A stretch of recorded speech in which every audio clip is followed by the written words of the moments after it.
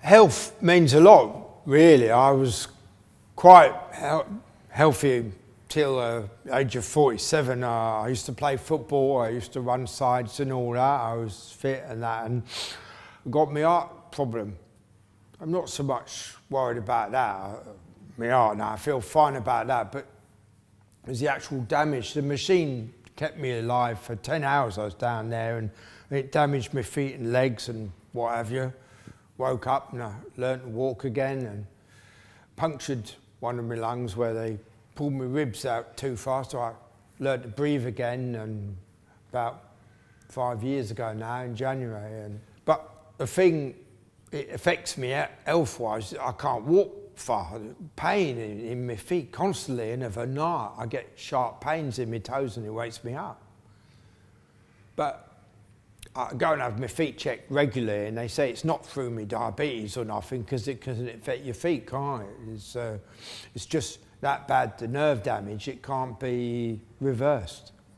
So it's really hard for me to do anything.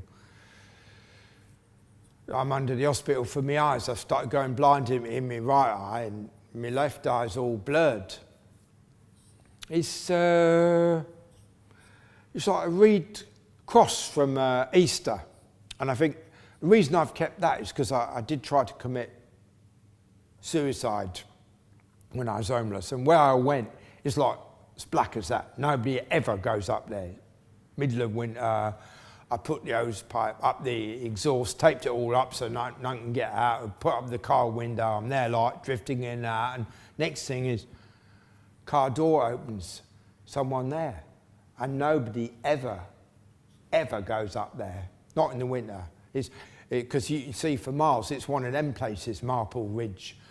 So I thought I'd go up to the Easter service, you know, and I just believed that someone kept me alive for some reason. I look upon that as something that helps me. Like, I know it's a silly thing to say, but sometimes I talk to it.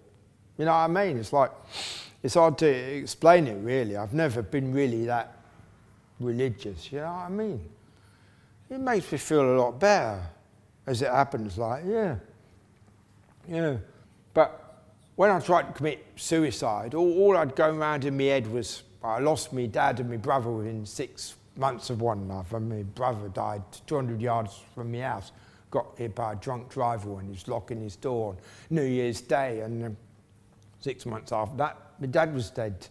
He died, he had his operation a week after Eric Morecambe. Eric Morecambe died, and my dad lasted a week later, you know. But I think, because like, I didn't believe before, but I do now. And I think homeless people need to believe in something. Otherwise they just always, and I think, and homelessness, I'm not being rude when I say this, but I think homelessness leads to drug addiction. Because when I stayed there, I was frightened out of my life. And I'm 61. I was frightened out of my life. There's people running up and down on the landing, shooting up, this, that. They threw them out, but how's that going to do them any good? They need counselling and all that, doesn't it? It's no good saying, oh, you can't do that here, you've got to get out. They'll find somewhere else to do it, won't they? They need counselling. I think the government got it all wrong. It's all right building these new houses for, like, people that need it, like, but you get a load of Europeans come over, and because they're working, they end up in a new house that the government's built all the time. Well, they should look at the homeless and maybe build an estate with a community place there where they can go and see people. Build that estate, 20, 30 houses. Right, that's like the Prince done that in Salford, didn't he? He got with them derelict houses, done them up. Anyone that was injured in the army could have one like. They should do something like that. There's loads of derelict houses about, just do an old street up, you know what I mean? And do it that way. It looks that way they know that they can get off the drugs, get in, they got somewhere to go for night, every night, something to do, you know what I mean? So I blame the government really, because it's should be no need for it in this day and age. We give billions to the Africans, don't get me wrong, I'm not racist.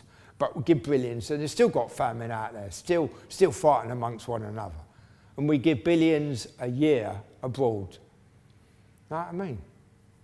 It's ridiculous. Seems like this government's frightened of what the rest of the world's going to say. Should be like the Israelis, do it, and then worry about what people are going to say.